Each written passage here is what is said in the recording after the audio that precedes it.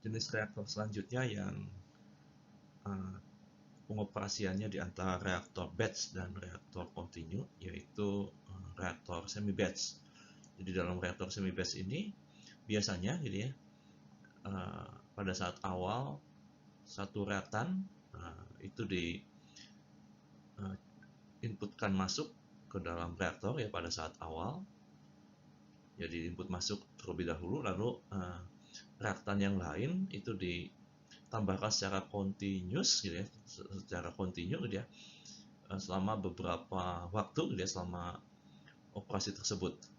Dan biasanya untuk reaktor semi batch tidak ada aliran yang dikeluarkan dari reaktor secara kontinu. Dan biasanya gitu ya, pengoperasian semi batch reaktor ini digunakan untuk mengimprove selektivitas pada suatu produk, selektivitas suatu produk dengan mempertahankan satu reaktan itu pada kondisi konsentrasi yang rendah atau kecil, dan juga bisa digunakan untuk mengendalikan atau mengontrol panas yang bisa ditimbulkan sepanjang reaksi tersebut berlangsung dalam suatu reaktor. Dan biasanya khususnya digunakan untuk reaksi gas liquid gitu ya, gas liquid reaction dengan tipe seperti yang bisa dilihat dalam slide ini, yaitu A gas gitu ya menjadi B plus B liquid menjadi produk. Dan biasanya reaktan A ini didispersikan secara kontinu gitu ya ke dalam reaktan B atau yang berupa liquid. Contoh yang lain gitu ya, ini digunakan untuk fermentasi aerobik gitu ya, di mana udara atau oksigen disuplai secara kontinus pada substrat cair. Jadi contohnya batch culture seperti pada produksi antibiotik yaitu penicillin. Ini konfigurasi umum dari suatu semi batch reactor. Jadi di sini dilengkapi oleh agitator, lalu di sini juga ada untuk pemanasan dan coolingnya, ini utilitasnya. Dan ini reaktannya pada saat awal-awal diumpankan secara kontinu pada selang beberapa waktu tertentu, dan setelah itu dihentikan. Ini contoh beberapa reaktor yang dioperasikan secara kontinu yang mungkin sudah kita kenal gitu ya. Jadi di sini skematiknya yang pertama di sini yang bentuknya tubular ya, ini yang bentuk tubular. Lalu ini bentuk reaktor tangki ideal kontinu atau RTIK. Dan yang terakhir ini CSTR atau RTIK yang dioperasikan secara seri gitu ya.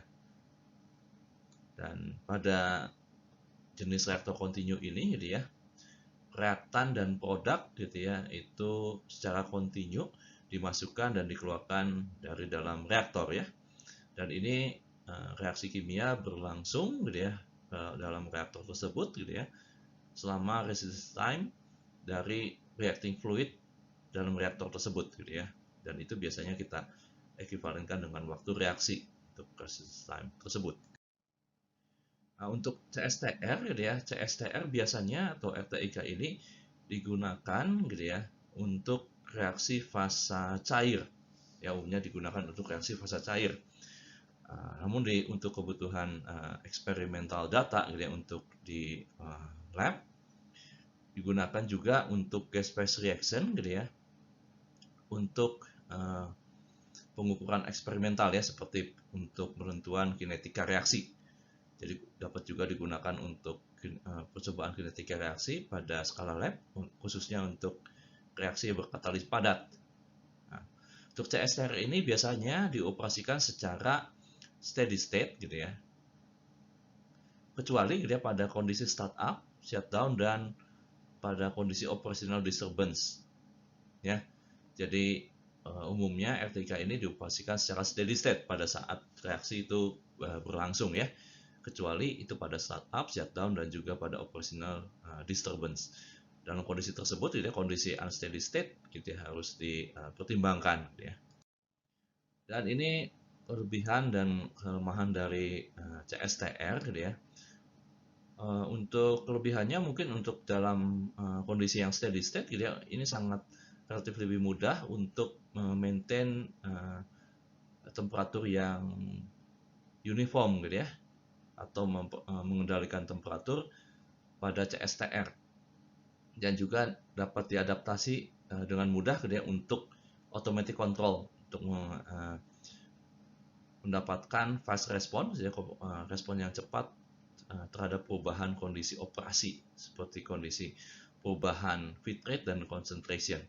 Dan kelemahannya adalah konversi reaktan ya per volume reaktor gitu ya, itu yang paling kecil jika dibandingkan dengan jenis-jenis reaktor kontinu lainnya. Jadi makanya gitu ya, kalau pada CSTR gitu ya, untuk mendapatkan konversi yang tinggi itu dibutuhkan volume CSTR atau RTIK yang sangat besar jika hanya digunakan single reactor. Jadi dengan alasan tersebut gitu ya, biasanya CSTR itu dioperasikan secara seri. Dan dengan seri ini biasanya gitu ya, total volume yang dibutuhkan itu akan jauh lebih kecil jika dibandingkan reaksi tersebut berlangsung dalam suatu single reactor saja.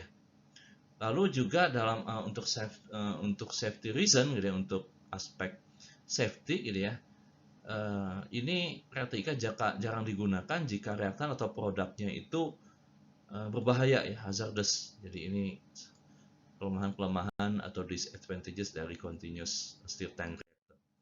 Lalu ini beberapa skematik mode heat transfer pada CSTR. Jadi yang pertama yang paling banyak digunakan yaitu menggunakan external jacket ya, external jacket.